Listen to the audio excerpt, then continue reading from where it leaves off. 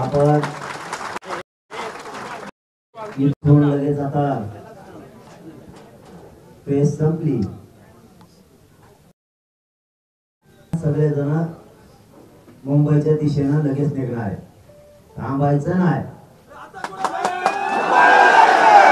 शेवटी आपल्यासाठी आपल्याला आपल्या लेकरांचा न्याय सुद्धा खूप महत्वाचा आहे। त्यामुळं आपण आझाद मैदानावरती आमरण उपोषण जे कायद्याच्या नियमात हे लोकशाहीचं सगळं नियमाचं पालन आमरण उपोषण हे 29 ऑगस्ट रोजी सकाळी 10 वाजता आझाद मैदानावर सुरू होणार। आपण सगळ्यांनी समाजाची मान खाली होईल असं एकाने वागायचं नाही। आपल्याला उचकवण्याचा प्रयत्न केला जाईल, आपल्याला खुलशी वागणूक दिली जाईल, शांत डोक्याने राहायचं। आता आरपारची शेवटची लढाई खेळायची, त्याच्यामुळं दम धरून माणूस बाजी जिंकू शकतो। जो कोण संयमानं राहील, ज्याच्यामध्ये डाव टाकायचा दम आहे, ज्याच्यात संयम पण आहे, ज्याच्यात आक्रमकता पण आहे, ज्याच्यात छत्रपती शिवरायांचे विचार पण आहेत, तो माणूस 100% यशस्वी होतो। म्हणून सगळ्या डावांचा उपयोग करा, काही गडबड करू नका। जितके दिवस लागतील तितके, पण संयम ढळून द्यायचा नाही। अशी लढाई मराठ्यांनी सगळ्यांनी लक्षात ठेवा। दिसत नसलं, आवाज येत नसला तर शांत चित्ताने ऐका। अशी लढाई जगाच्या पाठीवर कधी झाली नसेल। इतक्या डोक्यानं ही लढाई जिंकायची आणि कितीही दिवस लागले तरी हा शांततेचा संघर्ष सुरू ठेवायचा। देवदेवतांच्या नावाखाली आपल्याला विनाकारण आपली अडवणूक केली जाते, विनाकारण आपल्याला त्रास दिला जातो। आम्ही हिंदू असून आमच्या सणावारात आम्हाला रोखलं जातं। गणेश उत्सव सण आमचा, पिढ्याना पार आम्ही गणपती बाप्पाची, महादेवाची, सगळ्या देवांच्या पूजा करतो। आणि आज ज्यांना हिंदुत्वाचं खरंच काही देणं घेणंच नाही, धर्माचं देणं घेणं नाही, फक्त राजकारणासाठी हिंदू लागतो, ते लोक खोटे हिंदू खऱ्या हिंदू धर्म चालवणाऱ्या पोरांना, लोकांना अडवलं जातं। आमचा गणेश उत्सव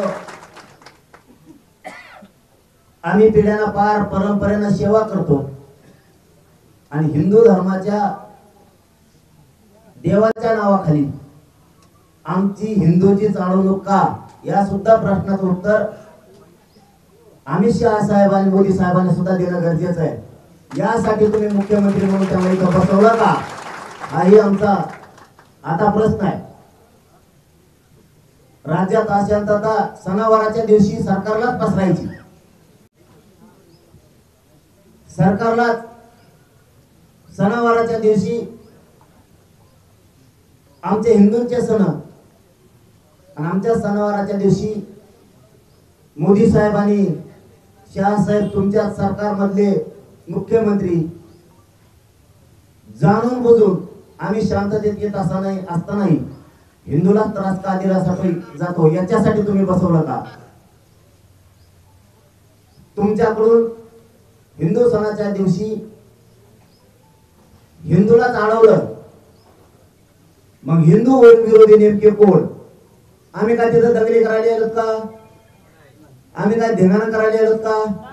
मग आम्हाला हिंदूला अडवण्याचा हट्ट का? तुम्हीच सरकार म्हणून हिंदू विरोधी काम कशामुळे करता, याचं सुद्धा उत्तर आता आम्हाला लागणार आहे। आम्ही शांततेत येतोय, आमचा गणेश उत्सव आहे, आमचा देव आहे, आम्हाला कळतं आमच्या सणावारात धर्माच्या सणावारात अडचणी नाही आल्या पाहिजे, अडथळे झाले पाहिजे हे आम्हाला कळतं. आमच्या सणावाराला गणेश उत्सवाला गालबोट लागल असं आम्ही जिंदगीत बी पाऊल उचलू शकत नाही. कधीच मेलो तरी पण आम्ही पाऊल उचलू शकत नाही. मग इतकं शांततेत येणारे लोक मराठ्यांचे आंदोलन करते तरी जाणून बुजून अडवलं जातं. याच्यापेक्षा काय शांतता पाहिजे तुम्हाला?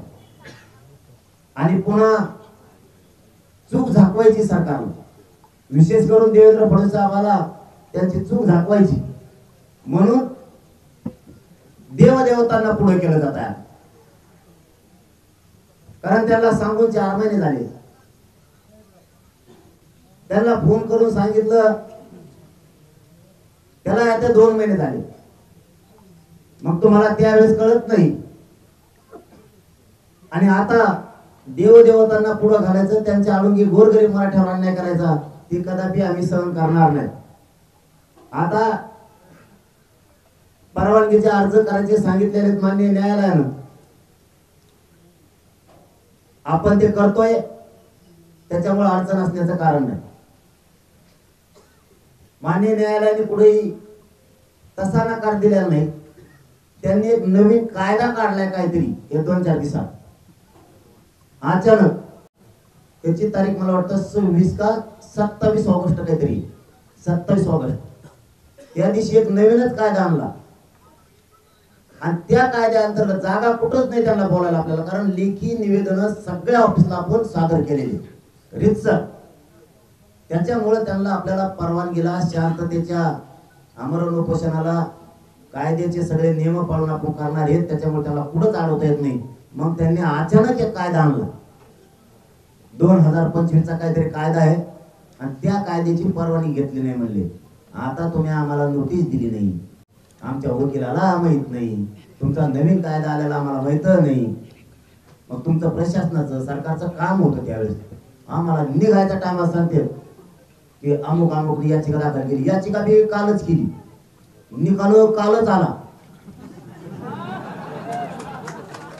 आम्हाला पण सांगायचं, आम्ही न्यायालयाचा सन्मान करतो, आमची बाजू आम्ही मांडली असती. लगेच देवेंद्र फडणवीसचा महाधिवक्ता उभा राहिला आणि निकाल पण लावून घेतला. असे कसले काय देऊ कोण त्यांचा सरकारी वकील, असं कसं काय होऊ शकतं? इतके दहशतवाद्यासारखे डाव टाकायला नाही पाहिजे सरकारने, कारण ही खरंच लोकशाही नाही राहिली. आता हे लय लांब चाललं. आता अरे इंग्रजांना रोखलं, इंग्रजाच्या काळात सुद्धा उपोषण रोखले नाही, देवेंद्र फडणवीसच्या काळात रोखले जाते. काय अवघड आहे. आणि पुन्हा म्हणता आम्हाला बोलता तुम्ही चुका करता. तसं आपल्याला ती रात्री कायदा माहीत झाल्यानंतर, कारण आपल्याला निकाल कधी आला मला वाटतं 3 वाजता का काय काल, आणि आम्हाला केव्हा निघायचं आज रात्रीत काय करायचं. म्हणजे ती डाव साधला बरोबर. देवाच्या नावाखाली, उत्सवाच्या गणेश उत्सवाच्या नावाखाली देवेंद्र फडणवीस डाव साधला. अचानक याचिका लोक त्याचे समोरून म्हणणं मांडणारे त्याचे, आणि लगेच निकाल लागून घेतला. न्यायालय आमची बाजू ऐकून घेणार आम्हाला माहिती, आणि न्यायालय आम्हाला न्याय सुद्धा देणार, कारण तेवढीच आधार आम्हाला जागा आहे. न्याय देवता 100% आम्हाला न्याय देणार आहे. आमचे पण वकील न्याय मंदिरासमोर न्यायदेवतेसमोर उभा राहणार. गेल्या वेळेस सुद्धा असंच झालं, न्यायदेवतेने आम्हाला न्याय दिला होता. हे सत्य आहे. त्याच्यामुळे यांनी अचानक एक गोल केला आणि मराठ्याला माहितच नाही काय झालं. आपण एक परवानगी ठेवली नव्हती, म्हणजे आपण रितसर अर्ज द्यायची. पण त्यांनी ते नवीन कायदा काढला आणि त्याच्या अंतर्गत केलं. त्याचं ऑफिस सुद्धा सापडा नव्हतं. त्या नवीन कायद्याचं जे काय असेल ना ते डिपार्टमेंटच पुढे मिळ लागा ना. जवळपास रात्री 12-1 वाजला होते सापडायला. एवढा मोठा कायदा बनला, त्याचं काहीतरी सांगायचं, याच्याकडे जा त्याच्याकडे जा किंवा कुठे, नुसते त्याला अर्ज सादर करा. त्याला कोणाला? तुकारामला करतो का, एकनाथला करतो का, करतो कोणाला? त्याला काहीच नाही, हे खोटं नाही. मग ते रात्री 1-2 वाजता सापडलं. ही सत्य परिस्थिती. कारण माननीय न्यायालयाने सांगितलं तुम्ही तिथं अर्ज करा आणि परवानगी द्यायची का नाही. बघा लक्षात ठेवा मराठी, परवानगी द्यायची का नाही सरकार ठरवणार. म्हणजे देवेंद्र फडणवीस पुन्हा तिथं चाललं. आता कळलं ना मला देवेंद्र फडणवीस मराठा विरोधी आहे का नाही, हिंदू विरोधी आहे का नाही. आता लक्षात येईल. परवानगी नाकारली, आपल्याला परवानगी नाही दिली की समजायचं यांच्या आरक्षण द्यायचं जीवावर आलं. ही देवाच्या आडोगीला पाहिलं आहे का नाही. आता दूध का दूध पाणी का पाणी सगळं होणार आहे. क्लिअर आहे. कारण मान्य न्यायालयाच्या हातात नाही. न्यायालयाने त्यांना सांगितलं त्या परवानगीबद्दल. मग आता त्या 2025 चा नवीन कायदा आहे, कालच आला आहे. हुंबलच व्हायचं काम आहे परत. आयला म्हणलं पुन्हा घोडे लावले. त्यात आमची खेड्याची गरीबाची भाषा आहे. आता काय करणार त्याला. बरं कायदा कसा बनवला माहितीये का. आपली सगळ्या स्वारीची अधिसूचना काढली. आपली सगळ्या स्वारीची अधिसूचना काढली त्यावेळेस हरकती मागितलं. हरकती मागितल्या की कायदा बनवलेला हरकती फिरकती मागितलं का नाही, तर डायरेक्ट ऍक्टिव्ह केला आमच्यासाठी. ही विचार करण्याची गोष्ट आहे. जर 2 दिवसात केला म्हणल्यावर तर हरकतही नाही. इतक्या अचानक मग काय तुमच्या पदाधिकाऱ्याच्या हरकती घेतल्या का राज्याची. बघा ही लई शोकांती काय राज्याची. पण गणपती बाप्पा आपल्याला आशीर्वाद दे. छत्रपती शिवरायांचा आपल्याला आशीर्वाद दे. 33 कोटी देवतांचा सगळ्यांचा आशीर्वाद दे. सगळ्या संत महंतांचा आशीर्वाद दे. आपल्याला वारकरी संप्रदायाचा आशीर्वाद आहे. सगळे जाती धर्माचे लोक आपल्या बरोबर आहेत. धनगर बांधवाचे मरणाचे पोट्टे आले तिकडच्या कडीला आपल्यासाठी पाठबळ द्यायला, आपल्या सोबत यायला. दलित मुस्लिम बांधव आहेत. सगळ्या जाती धर्माचे लोक, गरीब ओबीसी आपल्या सोबत आहेत. सगळेजण सोबत आहेत. फक्त एक महत्वाचा मुद्दा सांगतो, ते मात्र कोणी करू नये. हे बघा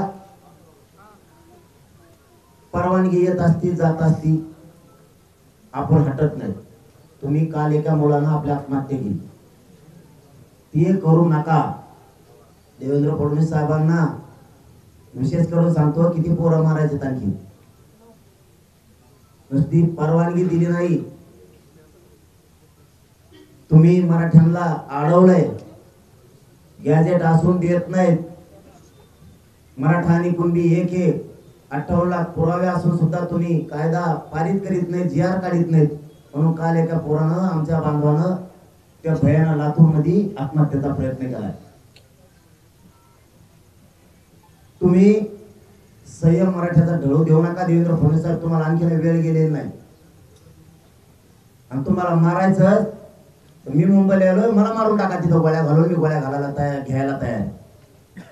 मी बलिदान द्यायला तयार आहे, पण माग हटायला तयार नाही फडणवीस साहेब आता. कारण ही बलिदान तुमच्यामुळे गेलेत. त्याच्या सगळं पाप तुमच्या डोक्यावर देवेंद्र फडणवीस साहेब त्यांना ठेवा. आमच्या शेकडो आत्महत्या फक्त तुमच्यामुळे झालेल्या, तुमच्या आडमोठ्या धोरणामुळे झालेल्या. मराठ्यांच्या पोराला माझी हात जोडून विनंती, मी आहे, तुम्ही टेन्शन घेऊ नका. तुम्ही आत्महत्या करू नका. तुम्ही आत्महत्या केली, काय अर्थ आहे त्या आरक्षणाला. त्याच्यामुळं आजपासून मला कुणीही आत्महत्येचा प्रयत्न केलेला ऐकायला आलं नाही पाहिजे. एकाने सुद्धा तो प्रयत्न करायचा नाही. आपण डाव टाकून रस्ता सर करणार आहे, तेवढं लक्षात ठेवा. मुंबईकडे कूच करणार आहे. फक्त बघा तुम्ही कसं कसं चाललंय डाव. आत्महत्या करू नका. शांततेचं आंदोलन कोणीच रोखू शकत नाही, त्याच्यामुळे तुम्ही काळजी करू नका. आणि शांतता कोणी सोडायची नाही. आता जेवढे बसता येणार आहेत, आज उद्या परवा, मला वाटतं आपले 7 का 8 टप्पे ठरलेले, त्याप्रमाणे येत जात राहते. त्यामुळं आज उद्या परवा जे येणार सगळे, त्यामुळे जेवढे तेवढ्याला सांगतो, येणाऱ्याला सांगतो, महाराष्ट्रातल्या मराठ्याला सांगतो, एकानी दगडफेक जाळपोळ फक्त करायची. एवढंच सांभाळा तुम्ही. तुम्ही शांततेत आहे त्या ठिकाणी बसा. लढाई जिंकायची, आता काळजीच करू नका. आरपारचे शेवटचे निर्णायक टप्प्यावर आंदोलन. फक्त कोणी बोल दगड फेक करू नका. आणि शेवटचं सांगणं आहे, मायबाप मराठ्यांनो, सगळ्या पक्षातल्या आणि शेतकरी मराठी, गरीब, कामगार, मजूर, नोकरदार सगळ्यांना सांगतो, तुमच्या लेकरा बाळीसाठी लढायला चालू आहे. जर मुंबईत पोरांना त्रास दिला तर जातीचं रक्षण करा. हे शब्द फक्त खाली पडू देऊ नका. सगळ्या मराठ्यांना हात जोडून तुमच्या लेकरासाठी माझा जीव गेला, बलिदान बी गेलं, तरी मी हटणार नाही. इतका पक्का निर्धार मी आता केलेला. त्यामुळं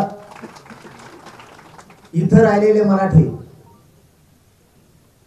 तिकडे आलेले मराठी, सगळ्यांनी एक जीवानं राहायचं. आणि प्रत्येकानं शेतात काम करताना, नोकरीवर जाताना, व्यवसायावर जाताना सारखं कानं आणि डोळे हे मुंबईकडं, आमच्या आंदोलनाकडे ठेवायचे. बेसावध कोणी राहायचं नाही. इतक्या सावध भूमिकेत राहायचं. आता ही लढाई विजयाकडे नेऊस्तर. शेतात असला तरी मुंबईकडे कान ठेवा. नोकरीला असला, व्यवसायात असला, मजुरीला असला, वाहन चालवत असला तरी लक्ष मिनिटाला म्हणतो मी, घंट्याला नाही, मिनिटाला मुंबईकडे, आंदोलनाकडे आणि त्या मुंबईतल्या पोरांकडे लक्ष. समाजाने गावाकडे राहिलेल्या मराठ्यांनी लक्ष ठेवायचं. ही कोणी विसरू नका. पुन्हा एकदा या राज्यातल्या सगळ्या सरपंच, सदस्य, जिल्हा परिषदचे, पंचायत समितीचे सदस्य, सभापती, उपसभापती, माजी सभापती, माजी सरपंच, नगरसेवक, महापौर, नगराध्यक्ष, माजी नगराध्यक्ष, सगळ्या पक्षाचे जिल्हा प्रमुख, जिल्हा अध्यक्ष, तालुका अध्यक्ष, शहर अध्यक्ष, सगळ्या पक्षाचे आमदार, खासदार, मंत्री, माजी खासदार, माजी आमदार, माजी मंत्री, या सगळ्या बांधवांना विनंती आहे,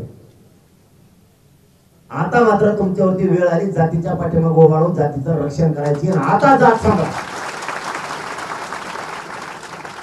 तुम्हाला जात सांभाळायची, जातीची सेवा करायची संधी आली. अशी संधी पुन्हा नाही. या संधीत जर तुम्ही जातीचं रक्षण नाही केलं, त्याच्या पाठीशी उभा नाही राहिला, मरेपर्यंत हा समाज तुम्हाला कधीच माफ करणार नाही. ह्यो शब्द मी तुम्हाला हात जोडून सांगतो. शेवटी काही झालं, तुम्ही कोणत्याही पक्षात असलात, विरोधात असू किंवा सत्तेत असू, तुम्ही आमचे आहेत, आम्ही तुमचे, हे लक्षात ठेवा. सगळ्या पक्षातल्या, विरोधातल्या आणि सत्ताधाऱ्यातल्या मराठ्यांना पुन्हा तीच शब्द वापरतो की शेवटी तुम्ही ज्येष्ठ आहेत, मोठे आहेत, समाजाचे मार्गदर्शक आहेत. समाजाचा मेन आधार तुम्ही श्रीमंत मराठी, राजकारणी मराठी आहेत. प्रत्येक लेकराला आणि या समाजाच्या जातीला आधाराचा हात द्या. तुम्ही सगळ्यांनी तिरस्कार करायची वेळ नाही. मनात काही मतभेद असेल तर ती वेळ नाही. खूप अटीतटीचा सामना आहे. खूप आता अटीतटीचा सामना आहे. त्यामुळं सगळ्या पक्षातल्या मराठ्यांनी, श्रीमंत मराठ्यांनी, राजकारणी मराठ्यांनी समाजाच्या, लेकराच्या आणि समाजाच्या पाठीवरती बळ देणारा हात टाकणं गरजेचं आहे. पाठीवर हात फिरवणं आता गरजेचं आहे. कारण समाजावर संकट घोंगवतोय जाणून बुजून. आता मात्र समाजावर तुम्हाला बारीक लक्ष ठेवावंच लागणार आहे. ही तुम्हाला माझी अंतरवालीतून महाराष्ट्रातल्या सगळ्या मराठ्यांच्या नेत्याला, श्रीमंत मराठ्यांना हात जोडून विनंती आहे. काना डोळा करू नका. तुम्हाला हे समाज या योग्य वेळेला साथ दिल्यामुळे कधीच विसरणार नाही. गरीब मराठ्यांवरती अत्याचार, अन्याय व्हायला लागला, त्यावेळेस जर तुम्ही साथ दिली, ह्यो राज्यातला करोडो मराठा समाज तुमचा उपकार कधीच विसरणार नाही. म्हणून मतभेद, मनभेद बाजूला ठेवा, पक्ष बाजूला लोटा. योग्य वेळे आता तुम्हाला करोडो मराठ्याला साथ द्यायची, तीच माझी विनंती आहे की तुम्ही सगळ्यांनी साथ द्या. एवढी तुम्हाला सगळ्यांना हात जोडून विनंती आहे. आणि मराठ्यांनाही सांगतो, कुणीही वाईट येडवाकडं वागायचं नाही, शांततेत गाड्या हाणायच्या, शांततेत सगळ्यांनी मुंबईकडे यायचं, शांततेत आंदोलन करायचं. आपल्याला कोणी रोखू शकत नाही. आझाद मैदानला आंदोलन, आमरण उपोषण कायदेशीर मार्गाने सगळे नियम पाळून होणार आहे. मान्य न्यायालय आपल्यालाही न्याय देईल, आपले वकील न्यायालयात जाणार आहेत. त्याच्याबद्दल काही चिंता करायची गरज नाही. पुढचं पुढं बघू. पण चालताना गाड्यांची रेस लावायची नाही, एका पुढे एक पळवायच्या नाही. मागं राहिला तरी मुंबईला जायचं, पुढे घेतली तरी मुंबईला जायचं. आपल्या लेकराला एखादी इजा होईल असं कोणी वागू नका, कारण आतापर्यंत थोडंही नुकसान आपल्या कुठल्याही लेकराचं झालेलं नाही, हे सगळ्यांनी ध्यानात ठेवा. आणि तसंच गाड्या हाणायच्या. शक्यतो मोटरसायकल दमाने हाणा, नसता मोटरसायकलवाल्यांनी मुंबईला येऊ नका. पडले, पाऊस आहे, खूप त्रास होईल. आपल्या पोरांनी मोठ्या गाड्या आणल्या, त्याच्यामुळे पाऊस आला ते गाड्यातून झोपायला लागलेत, त्यामुळे त्रास होत नाही. तसं मोटरसायकलवाल्याला त्रास होईल. तुम्ही शक्यतो येऊच नका, तुम्हाला त्रास होईल असं नको. म्हणून पुन्हा एकदा सांगतो, एकमेकाची सेवा करा, एकमेकाला साथ द्या. कारण आपण आपले गाव सोडून खूप लांब चाललोय. आता आपणच आपले पाहुणे, आपणच आपले मित्र, आपणच आपले समाज आणि आपणच आपल्या सगळ्या जणांनी मराठी सेवक म्हणून काम करायचं. कुणी म्हणायचं नाही स्वयंसेवक कुठे गेले. आपण सगळे स्वयंसेवक आहेत. स्वयंसेवक किती पूर्ण तुम्ही बघा. आता आणखी उद्या परवापासून 50,000 लाख सुद्धा स्वयंसेवक पुरणार नाही. आणखी 2 दिवसांनी बघा कसं मराठा समाज मुंबईकडे येतोय. त्याच्यामुळं माझी सगळ्यांना विनंती, फक्त तुम्ही दमाने चाला, गाड्या धडकू देऊ नका एकामेकाला. आणि ड्रायव्हरनं पुढंच बघा. ड्रायव्हर इकडे तिकडे बघतो तो दुसऱ्या गाडीला मागून ठोकलाच. त्याच्यामुळं बेसावध गाड्या हाणू नका. जिथं ड्रायव्हरला झोप लागत तिथंच गाडी उभा करायची, तिथंच बाजूला लावून झोपायचं. झोपीत गाडी कुणी हाणायची नाही. उशीर झाला तर 1 दिवस लेट या ना. मुंबई पुढे चालली नाही, मला पुढे जायचं नाही. सगळ्यांना पुन्हा एकदा विनंती, शांततेत सगळ्यांनी आंदोलन करा. आता आपल्याला मुंबईकडे निघायचे. धन्यवाद. जय श्री.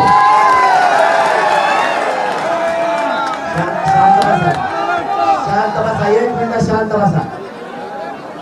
1 मिनिट शांत बसा. अरे 1 मिनिट शांत बसा. शांत हा.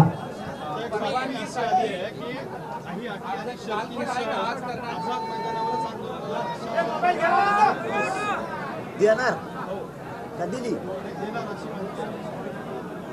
चांगली गोष्ट आहे की काही अटी शर्तीवर जर आझाद मैदानावरती पोलीस बांधव असं तुमच्याकडून माहिती मिळती की परवानगी देणार आहे.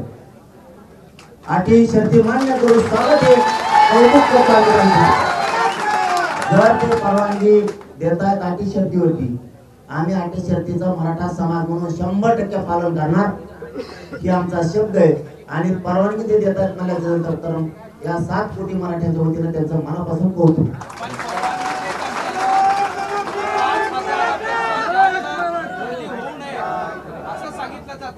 मी बघतो ना, मी परवानगी वाचल्यावर पुन्हा निर्णय घेईन.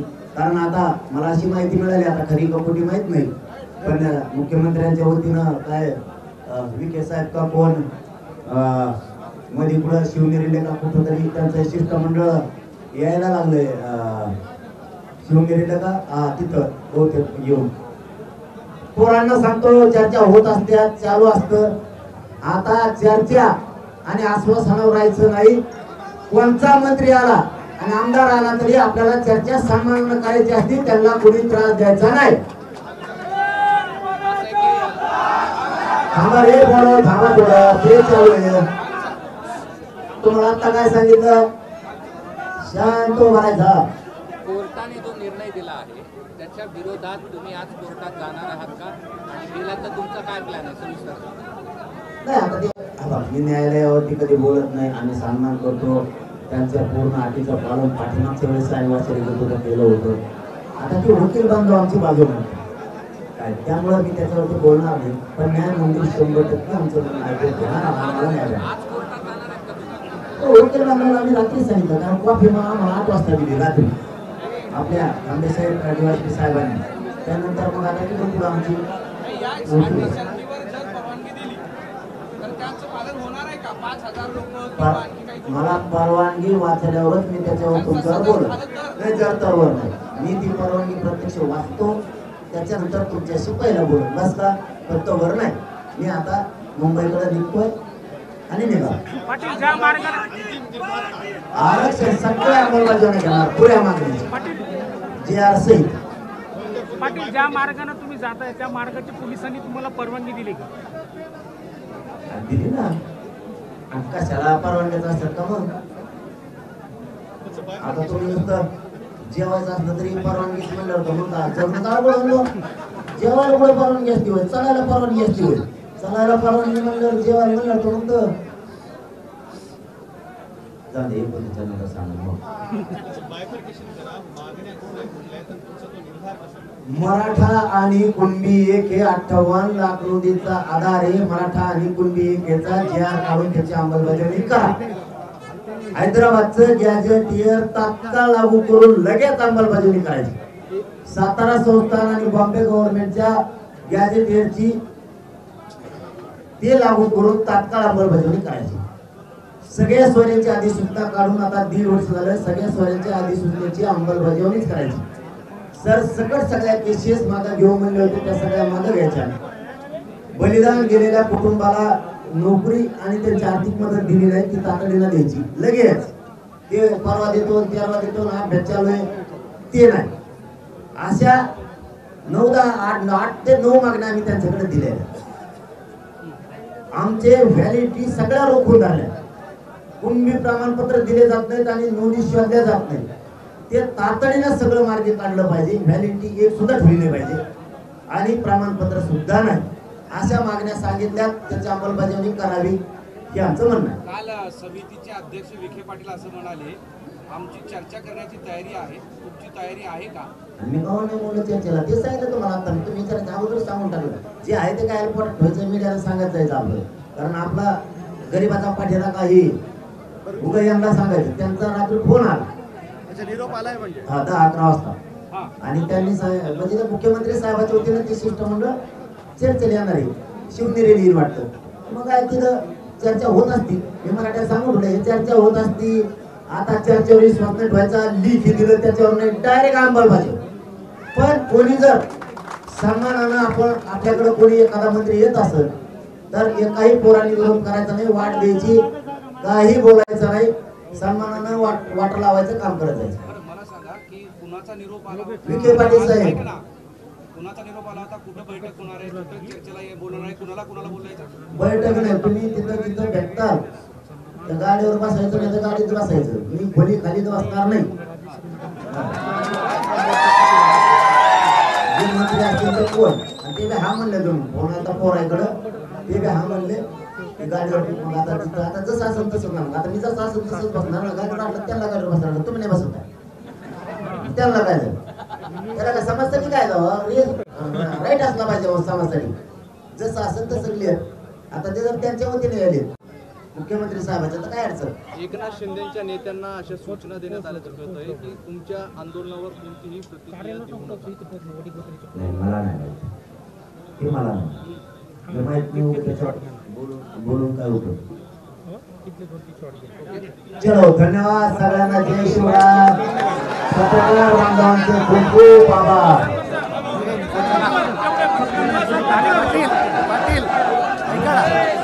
तुमच्या लोकांना सांगा की मीडियाच्या गाड्या तुमच्या गाड्यांसोबत राहू द्या म्हणा. मध्ये मध्ये गोष्टी ते सांगा. मीडियावाल्याच्या बांधवाच्या गाड्या आपल्या गाड्या जमा करून जा.